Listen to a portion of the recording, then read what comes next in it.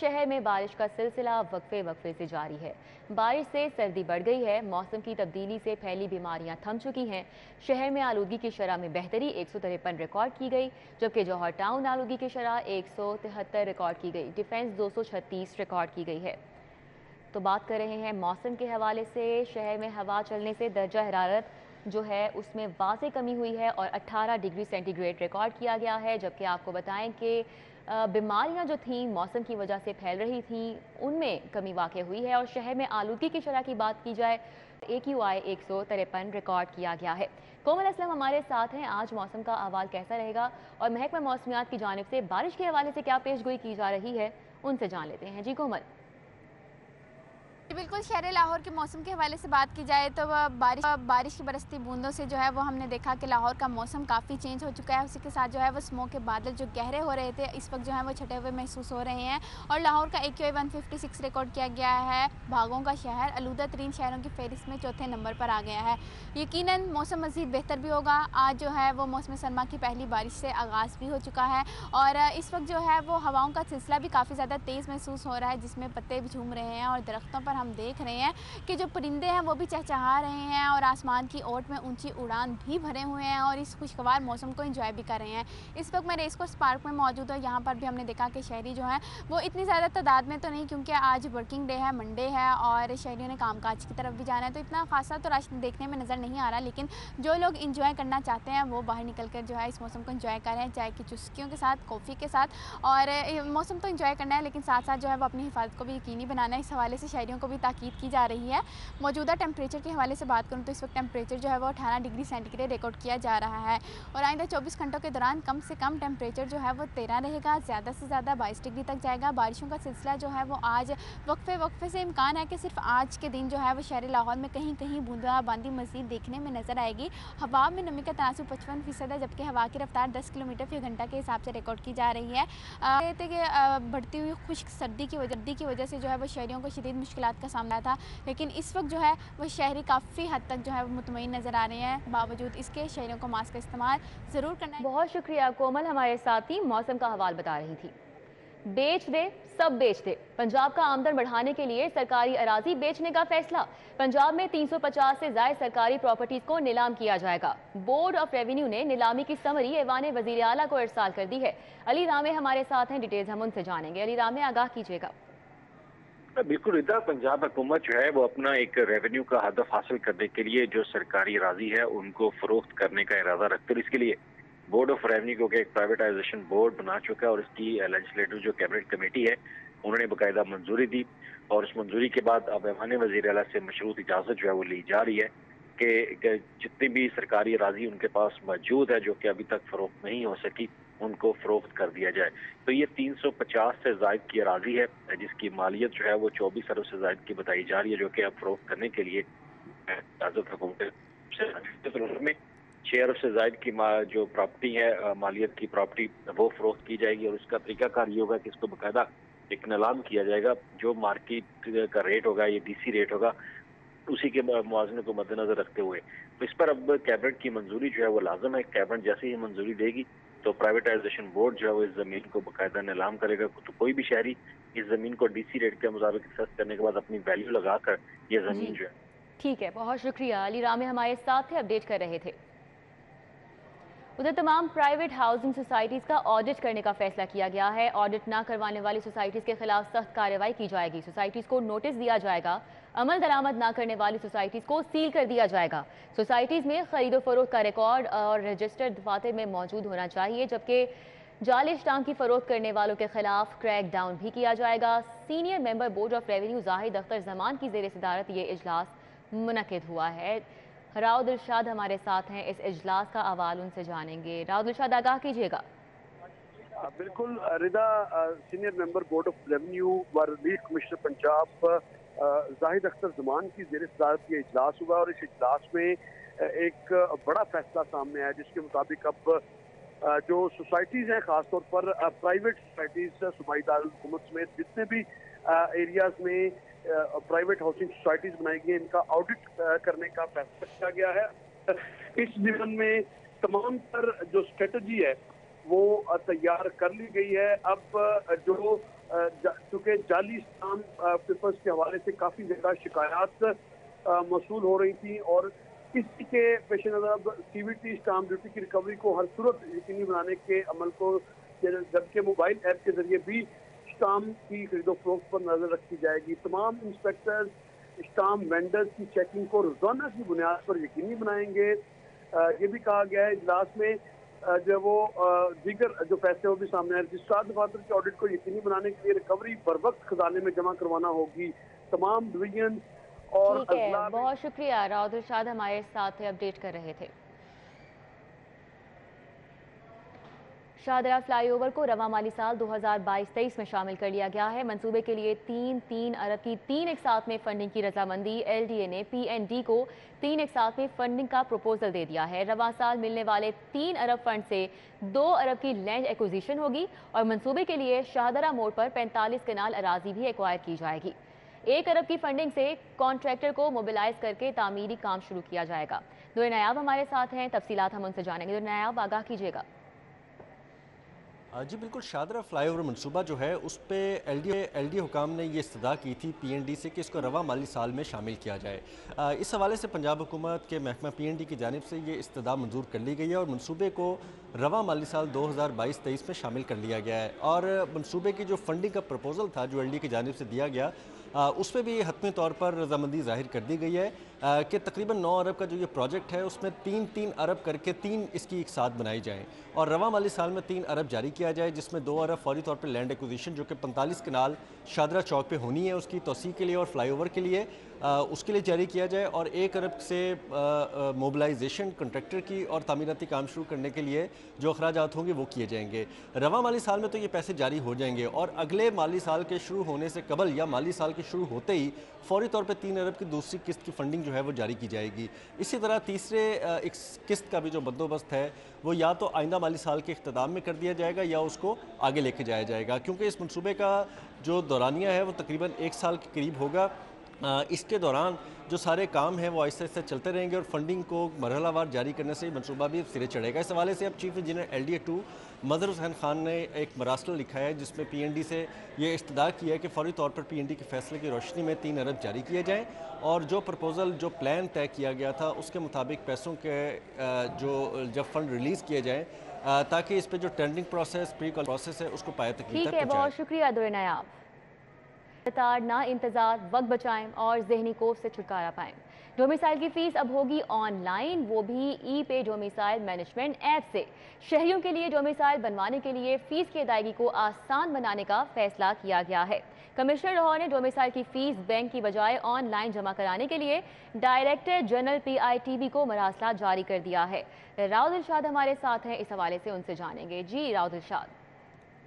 बिल्कुल जी, डोमिसाइल के असूल के लिए सिर्फ 200 रुपये सरकारी फीस जमा करवानी होती है, जिसके लिए शहरियों को 2-3 घंटे जो वो इंतज़ार करना पड़ता है और फिर ये फीस का जो चलान है जमा होता है। तो हम इसको आसान बनाने के हवाले से कमिश्नर लाहौर ने बड़ा फैसला किया और वो ये फैसला किया कि अब जो कि डोमिसाइल मैनेजमेंट सिस्टम है जिसकी ये ऐप है उसमें एक ई-पे फीचर को भी ऐड किया जाए ताकि लोग घर बैठे 1 क्लिक पर ही अपने डोमिसाइल की फीस जो है वो जमा करवा सकें। इस ज़िमन में कमिश्नर लाहौर की वसातत से असिस्टेंट कमिश्नर जनरल ने DG PITB को एक मरासला जारी किया जिसमें ये कहा गया है कि इस सिस्टम डोमिसाइल के हसूल के लिए निज़ाम को मज़ीद आसान बनाने के हवाले से अपने अपने नुमाइंदे खिदमत मराकज़ में मुकर्रर किए जाएँ और जो ई-पे जो फीचर है उसको भी शामिल किया जाए ताकि बिल्कुल घर बैठे भी लोग फीस जमा करवाएं और अपनी फ़ाइल जो है वो आकर सिर्फ खिदमत मरकज़ में जमा करवाएं जिसके एवज़ उनको डोमिसाइल भी मिल सके। ताम इसके दुरानियों को भी जो है वो कम करने के लिए कहा गया और इसके लिए तमाम तर इक़दाम के लिए PITB को ये हिदायत भी जारी कर दी गई हैं ताकि जल्द अज जल्द इस पर अमल दरामद को यकीनी बनाया जा सके। अमल दरामद को यकीनी बनाया जा सके। बहुत शुक्रिया, राउत इरशाद हमारे साथ थे, आगाह कर रहे थे। आइंदा तालीमी साल से 1 ता 8 तक एक सिलेबस होगा। 6ठी से 8वीं जमात तक सिलेबस में भी तब्दीली। प्राइवेट स्कूल्स में सिंगल नेशनल करिकुलम के मुताबिक किताबें पढ़ाना होंगी। महकमा तालीम ने यकसा कौमी निसाब पर दोबारा से अमल दरामद शुरू कर दिया है। 8वीं जमात तक सिंगल नेशनल करिकुलम की छपाई का हुक्म जारी किया गया है। नई कुतुब 1 अप्रैल 2023 से कबल मार्केट में दस्तयाब होंगी। सिंगल नेशनल करिकुलम से हटकर कुतुब लगाने की मंजूरी लेना होगी, जबकि पंजाब टेक्स्ट बुक बोर्ड से मंजूरी ली जाएगी। जुनेद रियाज हमारे साथ हैं, उनसे इस हवाले से बात करेंगे। जुनेद रियाज, क्या अपडेट्स हैं आपके पास?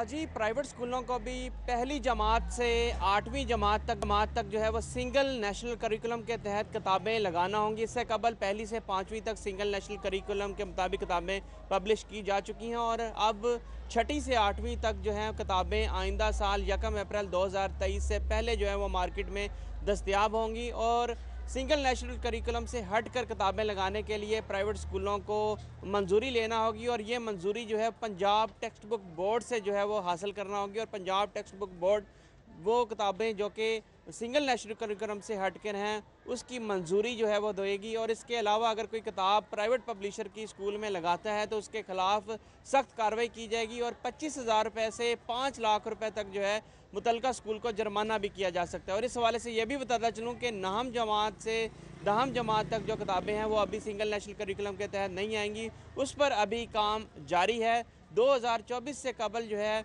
9वीं और 10वीं की किताबें भी जो हैं सिंगल नेशनल करिकुलम के मुताबिक पब्लिश कर दी जाएंगी। और इस हवाले से पब्लिशिंग के हवाले से जो है वो अहकाम जारी कर दिए गए हैं। और 6ठी, 7वीं और 8वीं जो है आइंदा साल नया सिलेबस होगा और प्राइवेट स्कूलों को भी उसी के मुताबिक जो है पढ़ाना होंगी। बहुत शुक्रिया जुनेद रियाज।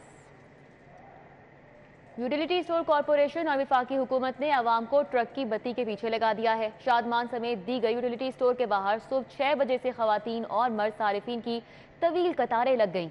सस्ते आटे, सब्सिडाइज घी और ऑयल के ट्रक सप्लाई लेकर नहीं पहुंच सके। शहजाद खान अब्दाली हमारे साथ हैं, सूरत हाल के हवाले से उनसे जानेंगे। जी शहजाद। इस वक्त हम शादमान यूटिलिटी स्टोर पर मौजूद हैं। शादमान यूटिलिटी स्टोर के दोनों अतराफ खवातीन और मर्द सार्फिन की कतारें लगी हुई हैं। अगरचे यूटिलिटी स्टोर जो हैं वो 9 बजे खुलते हैं, लेकिन सुबह 6 बजे के यहाँ पे जो सार्फिन हैं, खवातीन हैं और मर्द सार्फिन हैं वो यहाँ पे मौजूद हैं। और आधा दिन गुजरने के बावजूद ताहाल यहाँ पे सस्ते आटे, घी और ऑयल की सप्लाई जो है वो नहीं पहुँच सकी। एक बुजुर्ग हमारे साथ मौजूद है, उनसे इस हवाले से बात करते हैं। अस्सलाम वालेकुम जी। वालेकुम सलाम। क्या नाम है आपका? मोहम्मद इसाक साहब। इसाक साहब, कब से आए हुए हैं आप? हम जी तो 6 बजे भी आए हुए इधर। अभी तक तो आटा आ भी नहीं रहा आज, तो घी सिर्फ आ रहा है, कह रहे हैं घी और चीनी मिलेगी, आटा नहीं मिलेगा। आटा भी अभी वो कल परसों मिलेगा। तो अभी तक हम बैठे हुए हैं, अभी तक गाड़ी नहीं आई। कितने बजे के भाई आप लोग आए हुए हैं? 6 बजे के। 6 बजे के आए हुए हैं, तो तकरीबन मेरा ख्याल आधा दिन तो गुजर गया है। तो यहाँ पे यही सिचुएशन होती है? हर दफ़ा यही होती है, बैठ बैठ के थक जाते हैं। सुबह के घर से निकले हैं, बच्चों को ना नाश्ता ना पानी दे बगैर आए हुए हैं सस्ती चीज़ें लेने, तो कोई चीज़ नहीं अभी तक। तो आटा तो उन्होंने कहा आना ही नहीं है, तो घी के इंतज़ार में बैठे हुए हैं, कब आए कब आए। मैंने इनकी गुफ्तगू सुनी, वो बता रही हैं कि 6 बजे की यहाँ पे यूटिलिटी स्टोर के बाहर आई हुई हैं और रोज़ाना की बुनियाद पे यही सूरत हाल होती है।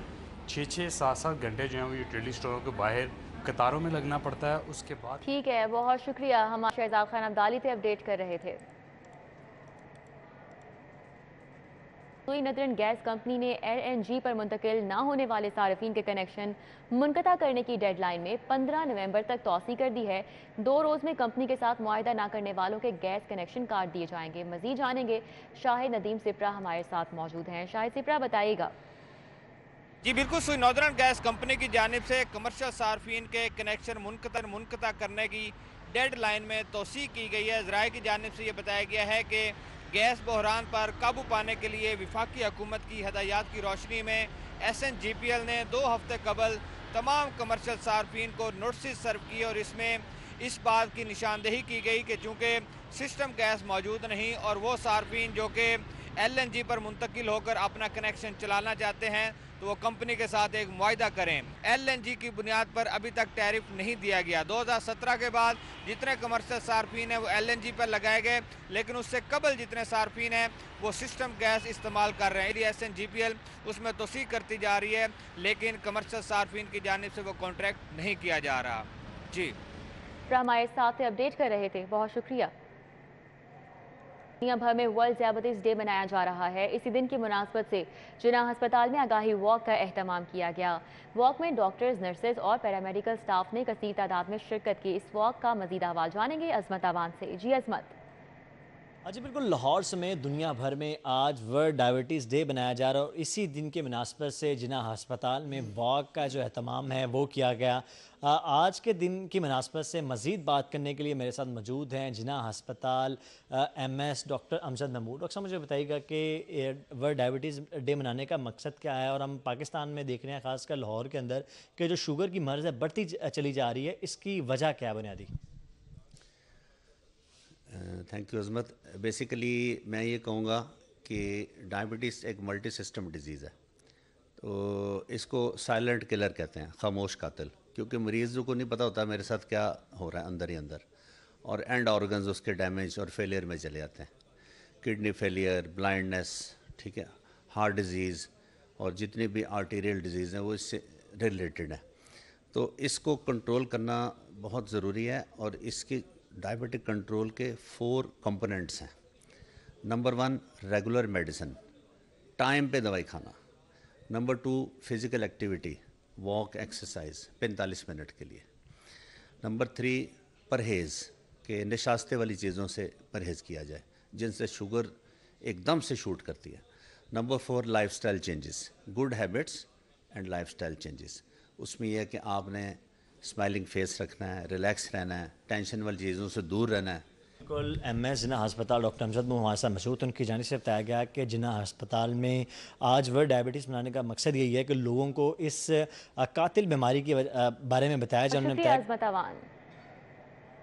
कि बल्दियाती इलेक्शन इलेक्ट्रॉनिक वोटिंग के जरिए ना होने का इम्कान। महकमा खजाना ने इलेक्ट्रॉनिक वोटिंग के लिए 45 अरब रुपए जारी करने से इनकार कर दिया है। मजीद बात करेंगे, कैसे खोकर हमारे साथ हैं। जी कैसे खोकर। इलेक्ट्रॉनिक वोटिंग बल्दियाती इलेक्शन में कराने के लिए जो है 45 अरब रुपया देने से इनकार कर दिया और कहा है कि कबीना से रब्ता किया जाए, इस पर फैसला कबीना करेगी। लेकिन जो मैनुअल वोटिंग होती है, जो बुक किताबों के जरिए जो बुक बाई बुक जो मैनुअल जो वोटिंग होती है, उसके लिए महकमा खजाना ने 10 अरब रुपये जारी करने का ओके कर दिया है, और महकमा खजाना ने हुक्म दिया है कि अगले 1-2 रोज में 10 अरब रुपये जारी कर दिए जाएंगे। ठीक है, कैसे खोकर, बहुत शुक्रिया। कस्टम्स इंटेलिजेंस का गुज़िश्ता 3 साल का परफॉर्मेंस ऑडिट करवाने का फैसला। गुज़िश्ता 3 साल में की गई तमाम छापामार कार्रवाइयों और जब्तशुदा सामान की नीलामियों का मुकम्मल ऑडिट होगा। रिजवान नकवी हमारे साथ हैं, उनसे बात करेंगे। जी रिजवान नकवी। कस्टम्स इंटेलिजेंस ने गुज़श्ता 3 साल का परफॉर्मेंस ऑडिट करवाने का फैसला कर लिया है। गुज़श्ता 3 साल में की गई तमाम छापामार कार्रवाइयों का मुकम्मल तौर पर ऑडिट होगा। कस्टम्स इंटेलिजेंस की तरफ से बनाए गए अरबों रुपए मालियत के गुज़श्ता 3 सालों में जितने भी केसेस हैं उनकी मुकम्मल तौर पे जो है वो स्क्रूटनी की जाएगी, और कस्टम्स इंटेलिजेंस की तरफ से स्मगलशुदा गाड़ियों और सामान के तमाम केसेस से मुतल्लिक जो है वो ऑडिट किया जाएगा। DG कस्टम्स इंटेलिजेंस फैज़ अहमद चद्दड़ की हदायत पे ऑडिट का फैसला किया गया है, और कस्टम इंटेलिजेंस की परफॉर्मेंस का ऑडिट करके पता चलाया जाएगा कि गुज़श्ता 3 साल के दौरानिये में कितने केसेस सिर्फ और सिर्फ पॉइंट स्कोरिंग के लिए बनाए गए, और कस्टम्स इंटेलिजेंस ने गुज़श्ता 3 साल के दौरानिये में कितनी। बहुत शुक्रिया रिजवान नकवी।